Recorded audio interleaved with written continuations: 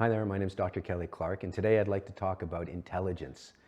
Intelligence tests nowadays are something that we can conveniently have posted up on while you're on a website. And there'll be something come up and rate your intelligence, and you go through a bunch of questions and then get some form of intelligence. I mean, I think that would probably be something that a lot of people would be interested in IQ testing is, hey, what is my intelligence? How smart am I?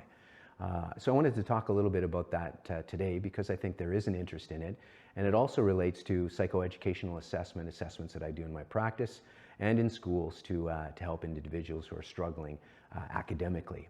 So as far as IQ tests, kind of the golden standard is what we call the Wechsler Adult Individual Scales for adults, and that's going on from ages from 17 on to later adulthood. And then the WISC, which is the Wechsler Intelligence Scales for Children, 5th edition. There are scales on there, again, that are looking at several areas that I'm going to talk about, but those are from kids that are school-aged from basically 6 to upper 16 years old. And so those intelligence tests I'll be talking about today. There are other IQ tests. Those two are, again, some of the gold standards. And why that is because versus the testing that you might see online, these tests have been highly scrutinized by test makers to prove that the validity of the test, so in other words, the validity has to do with what we're actually trying to measure is being measured. So that has to do with validity. So we could say that, you know, that hair falling out on men is a sign of low intelligence. Well, that is obviously not a true, a valid construct. And so when we look at IQ tests, we're looking at validity. So all of the subscales and the measures that are used have been rigorously tested to ensure that they validly measure what they're supposed to be measuring. There's also reliability.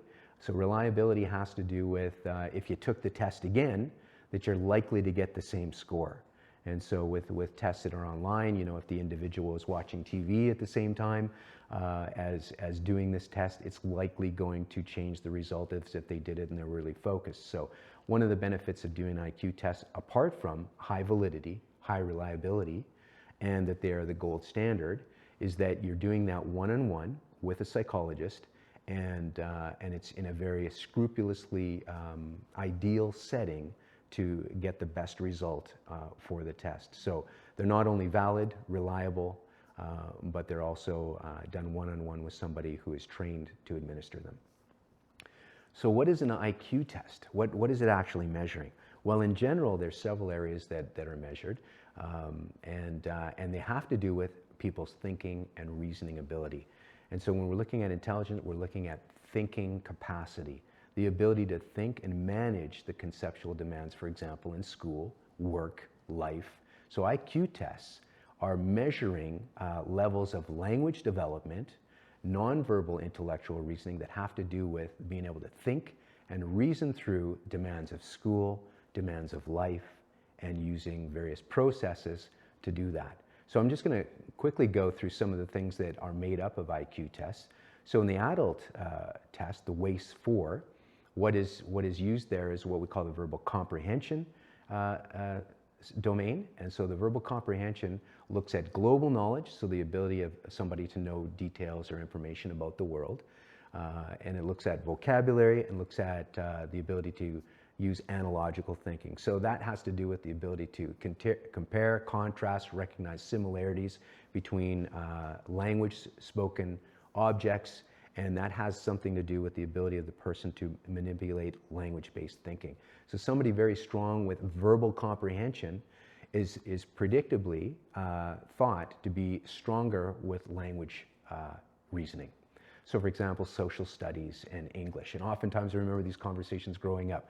Either you're strong at English and social studies, or you're strong at math and sciences. And there is some truth to that as far as the IQ testing. The next area in the adult inventory is called perceptual reasoning. And that domain looks at the ability to use visual spatial skills, visual spatial reasoning, and I'll explain what that is, as well as fluid reasoning. And fluid reasoning has to do more with the ability to use logic, deduction, scientific reasoning to think through visual problems. So this is more visual information. These tests, the perceptual reasoning, are said to be less dependent on language. So, I could go and test somebody who actually doesn't speak English, as long as the instructions were understandable and they could perform the task. There's no content based on language in those ones. So it's very visual. It really requires visual problem solving, deduction, logic, analysis. There's also a component requiring visual spatial skills. So for a lot of us that were really good with Lego when we were kids, it's almost kind of like that Lego reasoning, the ability to put small pieces to create a larger whole. And so again, the IQ tests have implications for learning. So for example, with someone who has poor visual spatial skills are requisite, or they're required for math reasoning. In other words, a lot of us, when we're thinking of math, we almost create a visual landscape when we're thinking about mathematical symbols and computations. So somebody who's very weak with integrating parts in a visual format, they struggle with math. And also the logic and deduction required in the fluid reasoning part of the analysis is also a very required part with mathematics. So when we think of math reasoning versus math problem solving, math reasoning is the ability to apply logic and mathematical principles to make a determination of how we're going to actually problem solve this, so that we get to math problem solving. So math reasoning has to do, for example, if I gave the equation, angle A, B, and C in a triangle equal 180 degrees. If we have that construct, and we can remember that, if I have angle A and angle B but not C, I can use math reasoning, that is, apply logic, to go, well, if I have A and B, and I know that it equals 180, then I can determine what C is. So I reason that logically, and if you have strong fluid intelligence, you're able to get that easier than somebody who does not. And so then the math problem solving part is where they're actually performing the calculation. You're adding the two angles together, you're subtracting from 180, that's the math problem solving part. So individuals that struggle with nonverbal intelligence, with perceptual reasoning, often have struggled with mathematics. So there's a lot of great information when we do IQ test to explaining difficulties. Yeah, why am I really struggling with social studies and English? Well, maybe your language-based reasoning, your verbal comprehension is weaker. Well, how come I'm struggling so much with mathematics and sciences and reading visual cues on people's faces, and I don't understand emotions as well, related to fluid intelligence and visual spatial skills. So IQ tests have a lot to do with how we function in the world, not just our thinking and reasoning, but even how we interpret social events and emotions and those things. So lots of benefit to doing an IQ test, just to learn about ourselves, learn about your preferred learning style. So somebody who's very strong with language and very weak with say, the nonverbal side, the perceptual reasoning, probably should pursue something in English and social studies or along those levels, rather than, accounting or engineering. Those kind of things are very beneficial when doing IQ tests. We learn to see how our brain is functionally wired and how it performs through these measures. The last two areas with the adult test is working memory. So even though the first two areas really reflect the ability to think and navigate conceptual demands of school and work, based on language and scientific reasoning, etc., working memory does not really require that, but it is necessary for performance, and is included in the IQ scales. For example, so working memory is the ability to take short pieces of information or to absorb them, remember them over a brief period of time. So if I'm meeting John, Sally, Jack, and James, those 4 pieces of information, if I'm like, oh, John, Sally, I forget the last 2, that has implications for learning. If your short-term memory or your working memory is poor, then it will restrict your ability to encode and absorb new information.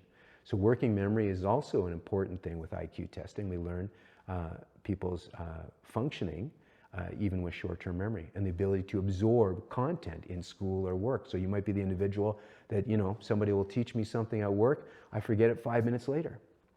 Or I'm in school, I learn a concept one day, my child learns a concept one day, next day it's gone. Could be attributed to poor short-term memory. So with IQ testing, we actually put numbers on it.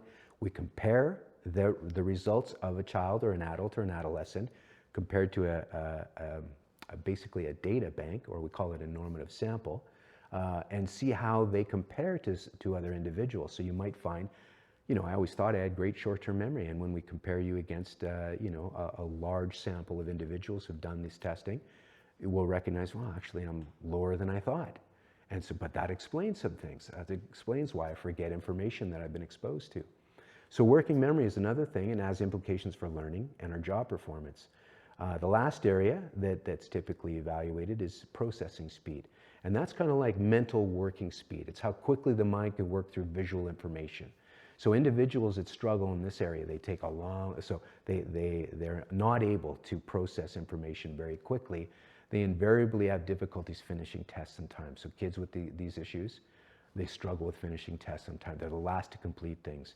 They're super slow in finishing activities in the classroom. Teacher will notice that. And again, the teachers are experts on our kids. They'll come and say, yeah, Joey's a smart individual, or Jackie's a smart individual, but they take really long to finish their schoolwork. And so sometimes that can be related to processing speed. Same thing for adults. So, you might have actually somebody who's quite smart. They did well in verbal comprehension and perceptual reasoning, but they work so slowly at work, so much so that they're getting fired. So we might, that they needed to keep up and do things more quickly. So IQ tests do a lot with showing our abilities in these 4 areas. And the last one, the ability to process information visually, at a rate in keeping with those around us. So we'll be able to, score that and let a determination be known to you or to individuals who you're interested in having an IQ test done to see where they fall. So the testing period for the adult IQ testing takes about an hour to an hour and a half. Generally with the kids, it's a little bit shorter, from between an hour to an hour and 15 minutes, depending on things like ADHD or behavioral issues that might be present. So again, back to IQ testing is very useful, not to mention if you do really well. I've had people that always thought that they were not smart in school because they did poorly academically. So here's a very important thing. You can be an average to above average intelligent person, but did very poorly in school. So just because you did poorly in school doesn't mean you're not intelligent. So I've had adults come to me and always thought that they were not smart, and then I do an IQ test and we find out they're above average or what have you. And it is, it is such a prop to their ego and to their self-esteem, because they always sat with, just because I did poorly in school, I must not be smart. That's not true. Just because a person does poorly in reading, writing, and math does not have to be, it's not always connected to intelligence. It could be connected to a learning disability, which is what I'm going to talk about next. So for more information about receiving an IQ test and learning more about yourself, visit drkellyclarke.com. Thank you for listening.